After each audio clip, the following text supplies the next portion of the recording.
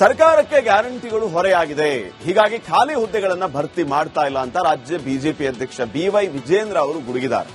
ಆದಷ್ಟು ಬೇಗ ನೇಮಕಾತಿ ಆರಂಭ ಮಾಡಿ, ಇಲ್ಲವೇ ದೊಡ್ಡ ಹೋರಾಟವನ್ನ ಮಾಡ್ತೀವಿ ಅಂತ ಎಚ್ಚರಿಕೆಯನ್ನ ನೀಡಿದ್ದಾರೆ. ಬಾಕಿ ಇರ್ತಕ್ಕಂಥ 50% ಏನಿದೆ ನೇಮಕಾತಿ ಮಾಡಬಹುದು, ಅದಕ್ಕೆ ಅನುಮತಿ ನೀಡ್ತೇವೆ ಅಂತೇಳಿ ರಾಜ್ಯ ಉಚ್ಚ ನ್ಯಾಯಾಲಯ ಹಿಂದೆನೇ ಹೇಳಿದೆ. 5-6 ತಿಂಗಳಾಗಿದೆ ಮಾತನ್ನ ಹೇಳಿ ರಾಜ್ಯ ಉಚ್ಚ ನ್ಯಾಯಾಲಯ. ಅಫಿಡವಿಟ್ ಕೊಡಿ ಅಂತಾನೂ ಕೂಡ ಹೇಳಿದ್ದಾರೆ. ಅಫಿಡವಿಟ್ ಕೊಟ್ರೆ ಮುಗಿದೋಯ್ತು. ಇವತ್ತು ಕೂಡ ಈ ನಿಟ್ಟಿನಲ್ಲಿ ರಾಜ್ಯ ಸರ್ಕಾರ ಒಂದು ಹೆಜ್ಜೆನೂ ಕೂಡ ಮುಂದಿಟ್ಟಿಲ್ಲ. ವಾಸ್ತವಿಕ ಸತ್ಯವನ್ನ ಮರೆಮಾಚುವಂತ ಕೆಲಸ ಮಾನ್ಯ ಮುಖ್ಯಮಂತ್ರಿಗಳು ಈಗಲಾದ್ರೂ ಕೂಡ ಮಾಡುವುದನ್ನ ಬಿಡಬೇಕು. ಮಾನ್ಯ ಮುಖ್ಯಮಂತ್ರಿಗಳು ಬಹಿರಂಗವಾಗಿ ಒಪ್ಕೋಬೇಕು, ವಾಸ್ತವಿಕ ಸತ್ಯವನ್ನ ಬಿಚ್ಚಿಡಬೇಕು, ಮತ್ತೆ ರಾಜ್ಯದ ಜನರ ಕ್ಷಮೆಯನ್ನು ಕೂಡ ಅವ್ರು ಕೇಳಬೇಕು. ಯಾತಕ್ಕೋಸ್ಕರ ಅಂತ ಹೇಳಿದ್ರೆ ಇವರ ಪಂಚ ಗ್ಯಾರಂಟಿಗಳನ್ನ ನಿರ್ವಹಣೆ ಮಾಡೋದಕ್ಕೆ ಹಣಕಾಸಿನ ಸಮಸ್ಯೆಯನ್ನು ಕಾಡ್ತಾ ಇದೆ. ಇದರ ಪರಿಣಾಮ ಏನು ಅಂತ ಹೇಳಿದ್ರೆ ಇವ್ದು ಯಾವುದೇ ನೇಮಕಾತಿಯನ್ನ ಮಾಡೋದಕ್ಕೆ ಅವ್ರ ಮನಸ್ಸು ಬರ್ತಾ ಇಲ್ಲ. ಕಾಂಗ್ರೆಸ್ ಸರ್ಕಾರಕ್ಕೆ, ಮುಖ್ಯಮಂತ್ರಿಗಳಿಗೆ ನೇಮಕಾತಿ ಪ್ರಕ್ರಿಯೆಯನ್ನ ತತ್ಕ್ಷಣ ಪ್ರಾರಂಭ ಮಾಡಬೇಕು. ನೇಮಕಾತಿ ಪ್ರಕ್ರಿಯೆಯನ್ನ ಪ್ರಾರಂಭ ಮಾಡದೆ ಹೋದ್ರೆ ಮುಂದಿನ ದಿನಗಳಲ್ಲಿ ಅಥವಾ ಅತಿ ಶೀಘ್ರದಲ್ಲೇ ಭಾರತೀಯ ಜನತಾ ಪಾರ್ಟಿಯು ಕೂಡ ಹೋರಾಟಕ್ಕೆ ನಾವು ಇಳಿತೇವೆ. ಬಾಕಿ ಇರ್ತಕ್ಕಂಥ ಈಗ ರಾಜಕೀಯ ನಾಯಕರು ಈ ರೀತಿಯ ಒಂದು ಸ್ಟೇಟ್ಮೆಂಟ್ ಅನ್ನ ಕೊಟ್ಟ ತಕ್ಷಣ ಈಗ ಬಿಜೆಪಿ ವಿಜೇಂದ್ರ ಅವರು ಮಾತಾಡ್ತಾ ಇದ್ರು. ಕಾಂಗ್ರೆಸ್ನವ್ರು ಹೇಳೋದೇನು? ಕಾಂಗ್ರೆಸ್ನ ದೂಷಿಸೋದಕ್ಕೆ ನಿಮಗೆ ನೈತಿಕತೆನೇ ಇಲ್ಲ, ನೀವೇನ್ ಭಾರಿ ಉದ್ಯೋಗ ನೇಮಕಾತಿ ಮಾಡಿದ್ರಿ ಅನ್ನುವಂಥ ಪ್ರಶ್ನೆಯನ್ನ ಮಾಡ್ತಾರೆ. ಅದಕ್ಕೆ ಉತ್ತರ ಇದೆ. ಬಿಜೆಪಿ ಅವಧಿಯ ನೇಮಕಾತಿ ಯಾವ್ಯಾವ ಇಲಾಖೆಯಲ್ಲಿ ಎಷ್ಟೆಷ್ಟು ಆಗಿತ್ತು ಅನ್ನೋ ಲೆಕ್ಕ ಕೊಡ್ತೀವಿ. ಕಾಂಗ್ರೆಸ್ನವರು ಕೂಡ 2023ರಿಂದ ಈ ಕ್ಷಣದವರೆಗೂ ಎಷ್ಟು ನೇಮಕಾತಿ ಆಗಿದೆ ಅನ್ನೋ ಲೆಕ್ಕವನ್ನು ನಿಮ್ಮ ಮುಂದೆ ಇಟ್ವಿ ವೀಕ್ಷಕರೇ. ನಾವು 8157 ಹುದ್ದೆಗಳ ಭರ್ತಿಯನ್ನ ಕಾಂಗ್ರೆಸ್ನವರು ಮಾಡಿದ್ದಾರೆ. ಈ ಹಿಂದೆ ಇದ್ದ ಬಿಜೆಪಿ, ಆ ಬಿಜೆಪಿ ಅವಧಿಯ ನೇಮಕಾತಿ ಎಷ್ಟು ಅನ್ನೋದನ್ನ ಹೇಳ್ತಾ ಹೋಗ್ತೀವಿ ನೋಡಿ. ಶಿಕ್ಷಣ ಇಲಾಖೆಯಲ್ಲಿ 2022ರಲ್ಲಿ ಶಿಕ್ಷಣ ಇಲಾಖೆಯಲ್ಲಿ 15,000 ಹುದ್ದೆಗಳನ್ನ ಭರ್ತಿ ಮಾಡಿದ್ದು ಬಿಜೆಪಿ ಸರ್ಕಾರ. 2022ರಲ್ಲಿ ಬಿಜೆಪಿ ಅವಧಿಯ ನೇಮಕಾತಿಗಳು 15,000 ಹುದ್ದೆಗಳ ಭರ್ತಿ ಮಾಡಿತ್ತು 2022ರಲ್ಲಿ ಬಿಜೆಪಿ.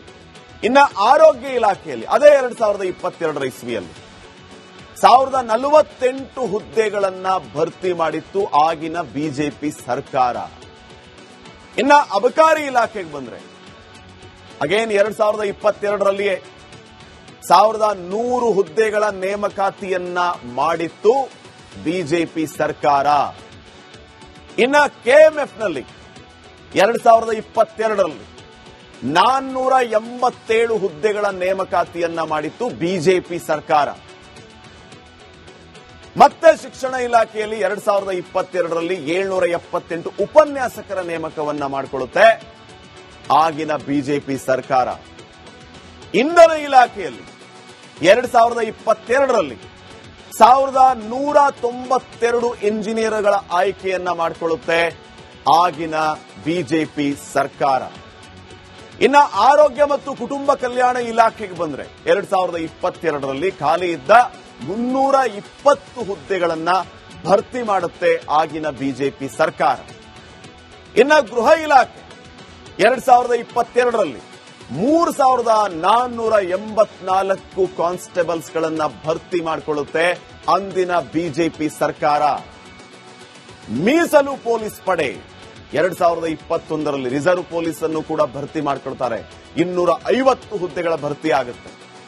ತೋಟಗಾರಿಕೆ ಇಲಾಖೆಯಲ್ಲಿ 2022ರಲ್ಲಿ ಬರೋಬ್ಬರಿ 5465 ಹುದ್ದೆಗಳ ನೇಮಕಾತಿಯಾಗುತ್ತೆ. ಕಾಂಗ್ರೆಸ್ನವರು ಬಿಜೆಪಿಯವರನ್ನ ದೂಷಿಸ್ತಾರಲ್ಲ, ಬಿಜೆಪಿಯವರ ಲೆಕ್ಕಾಚಾರ ಇದು. ಎಲ್ಲವನ್ನ ಒಟ್ಟಿಗೆ ಸೇರಿಸಿದ್ರೆ ಹತ್ತತ್ರ 29,560ರಿಂದ 63 ಹುದ್ದೆಗಳನ್ನ ಭರ್ತಿ ಮಾಡಿದ್ದು ಬಿಜೆಪಿ ಸರ್ಕಾರ 2022ರಲ್ಲಿ. ಅವತ್ತು ಮುಖ್ಯಮಂತ್ರಿಯಾಗಿದ್ದಂಥವರು ಬಸವರಾಜ ಬೊಮ್ಮಾಯಿ. ಸೊ ಬೊಮ್ಮಾಯಿ ಅವರ ಆಡಳಿತಾವಧಿಯಲ್ಲಿ 29,000ಕ್ಕೂ ಹೆಚ್ಚು ಹುದ್ದೆಗಳ ಭರ್ತಿಯನ್ನ ಮಾಡಿದ್ದು ಅಂದಿನ ಬೊಮ್ಮಾಯಿ ಸರ್ಕಾರ. ಬಸವರಾಜ ಬೊಮ್ಮಾಯಿ ಅವರು ಮುಖ್ಯಮಂತ್ರಿಗಳಾಗಿದ್ದರು. ಈಗ ಕಾಂಗ್ರೆಸ್ ಗವರ್ನಮೆಂಟ್ ಬಂದ ಮೇಲೆ 2023ರಿಂದ ಈ ಕ್ಷಣದವರೆಗೂ ನಾನು ಹೇಳ್ತಾ ಇರೋದು ಕೇವಲ 8,157 ಹುದ್ದೆಗಳ ನೇಮಕಾತಿಯಾಗಿದೆ. 67,000 ಬೇಕಿದ್ರೆ ನೀವು ಭರ್ತಿ ಮಾಡ್ಕೋಬಹುದು ಅಂತ ಆರ್ಥಿಕ ಇಲಾಖೆ ಹೇಳಿದೆ. ಆದಾಗ್ಯೂ ಕೂಡ ಮಾಡ್ಕೊಳ್ತಾ ಇಲ್ಲ. ಯಾಕೆ? ಇನ್ನೂ ಖಾಲಿ ಇರೋದು 2,80,000 ಹುದ್ದೆಗಳು. ವೀಕ್ಷಕರೇ, ನೋಡೋಣ, ಸರ್ಕಾರ ಇವೆಲ್ಲವನ್ನು ಕಣ್ಣು ತೆರೆದು ನೋಡಬೇಕು. ಪಕ್ಷಾತೀತವಾಗಿ ನಾವು ಬಿಜೆಪಿಯ ಲೆಕ್ಕವನ್ನು ಇಟ್ಟಿದ್ದೀವಿ, ಕಾಂಗ್ರೆಸ್ನ ಲೆಕ್ಕವನ್ನು ಇಟ್ಟಿದ್ದೀವಿ. ನಿಮ್ಮಿಬ್ಬರ ಗಲಾಟೆಯ ಮಧ್ಯೆ ಉದ್ಯೋಗಾಕಾಂಕ್ಷಿಗಳು ಸಾಯಬಾರದು. ದಯವಿಟ್ಟು ಇದನ್ನು ಅರ್ಥ ಮಾಡಿಕೊಳ್ಳಿ. ಸರ್ಕಾರಕ್ಕೆ ಗ್ಯಾರಂಟಿಗಳು ಹೊರೆಯಾಗಿದೆ, ಹೀಗಾಗಿ ಖಾಲಿ ಹುದ್ದೆಗಳನ್ನ ಭರ್ತಿ ಮಾಡ್ತಾ ಇಲ್ಲ ಅಂತ ರಾಜ್ಯ ಬಿಜೆಪಿ ಅಧ್ಯಕ್ಷ BY ವಿಜೇಂದ್ರ ಅವರು ಗುಡುಗಿದ್ದಾರೆ.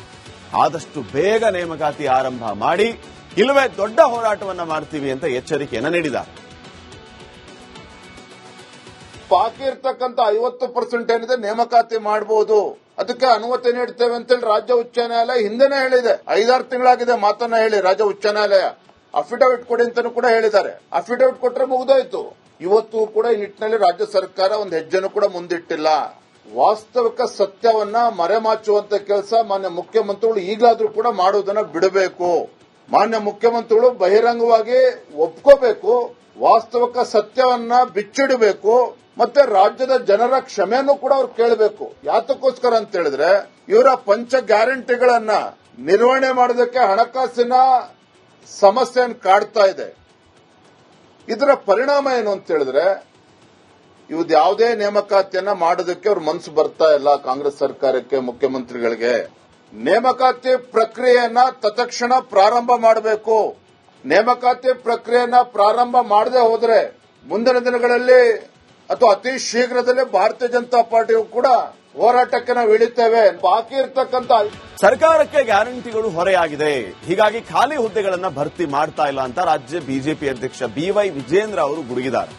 ಆದಷ್ಟು ಬೇಗ ನೇಮಕಾತಿ ಆರಂಭ ಮಾಡಿ, ಇಲ್ಲವೇ ದೊಡ್ಡ ಹೋರಾಟವನ್ನ ಮಾಡ್ತೀವಿ ಅಂತ ಎಚ್ಚರಿಕೆಯನ್ನ ನೀಡಿದ್ದಾರೆ. ಬಾಕಿ ಇರ್ತಕ್ಕಂಥ 50% ಏನಿದೆ ನೇಮಕಾತಿ ಮಾಡಬಹುದು, ಅದಕ್ಕೆ ಅನುಮತಿ ನೀಡ್ತೇವೆ ಅಂತೇಳಿ ರಾಜ್ಯ ಉಚ್ಚ ನ್ಯಾಯಾಲಯ ಹಿಂದೆನೇ ಹೇಳಿದೆ. 5-6 ತಿಂಗಳಾಗಿದೆ ಮಾತನ್ನ ಹೇಳಿ ರಾಜ್ಯ ಉಚ್ಚ ನ್ಯಾಯಾಲಯ. ಅಫಿಡವಿಟ್ ಕೊಡಿ ಅಂತಾನೂ ಕೂಡ ಹೇಳಿದ್ದಾರೆ. ಅಫಿಡವಿಟ್ ಕೊಟ್ರೆ ಮುಗಿದೋಯ್ತು. ಇವತ್ತು ಕೂಡ ಈ ನಿಟ್ಟಿನಲ್ಲಿ ರಾಜ್ಯ ಸರ್ಕಾರ ಒಂದು ಹೆಜ್ಜೆನೂ ಕೂಡ ಮುಂದಿಟ್ಟಿಲ್ಲ. ವಾಸ್ತವಿಕ ಸತ್ಯವನ್ನ ಮರೆಮಾಚುವಂತ ಕೆಲಸ ಮಾನ್ಯ ಮುಖ್ಯಮಂತ್ರಿಗಳು ಈಗಲಾದ್ರೂ ಕೂಡ ಮಾಡುವುದನ್ನ ಬಿಡಬೇಕು. ಮಾನ್ಯ ಮುಖ್ಯಮಂತ್ರಿಗಳು ಬಹಿರಂಗವಾಗಿ ಒಪ್ಕೋಬೇಕು, ವಾಸ್ತವಿಕ ಸತ್ಯವನ್ನ ಬಿಚ್ಚಿಡಬೇಕು, ಮತ್ತೆ ರಾಜ್ಯದ ಜನರ ಕ್ಷಮೆಯನ್ನು ಕೂಡ ಅವ್ರು ಕೇಳಬೇಕು. ಯಾತಕ್ಕೋಸ್ಕರ ಅಂತ ಹೇಳಿದ್ರೆ, ಇವರ ಪಂಚ ಗ್ಯಾರಂಟಿಗಳನ್ನ ನಿರ್ವಹಣೆ ಮಾಡೋದಕ್ಕೆ ಹಣಕಾಸಿನ ಸಮಸ್ಯೆಯನ್ನು ಕಾಡ್ತಾ ಇದೆ. ಇದರ ಪರಿಣಾಮ ಏನು ಅಂತ ಹೇಳಿದ್ರೆ, ಇವ್ದು ಯಾವುದೇ ನೇಮಕಾತಿಯನ್ನ ಮಾಡೋದಕ್ಕೆ ಅವ್ರ ಮನಸ್ಸು ಬರ್ತಾ ಇಲ್ಲ ಕಾಂಗ್ರೆಸ್ ಸರ್ಕಾರಕ್ಕೆ, ಮುಖ್ಯಮಂತ್ರಿಗಳಿಗೆ. ನೇಮಕಾತಿ ಪ್ರಕ್ರಿಯೆಯನ್ನ ತತ್ಕ್ಷಣ ಪ್ರಾರಂಭ ಮಾಡಬೇಕು. ನೇಮಕಾತಿ ಪ್ರಕ್ರಿಯೆಯನ್ನ ಪ್ರಾರಂಭ ಮಾಡದೆ ಹೋದ್ರೆ ಮುಂದಿನ ದಿನಗಳಲ್ಲಿ ಅಥವಾ ಅತಿ ಶೀಘ್ರದಲ್ಲೇ ಭಾರತೀಯ ಜನತಾ ಪಾರ್ಟಿಯು ಕೂಡ ಹೋರಾಟಕ್ಕೆ ನಾವು ಇಳಿತೇವೆ. ಬಾಕಿ ಇರ್ತಕ್ಕಂಥ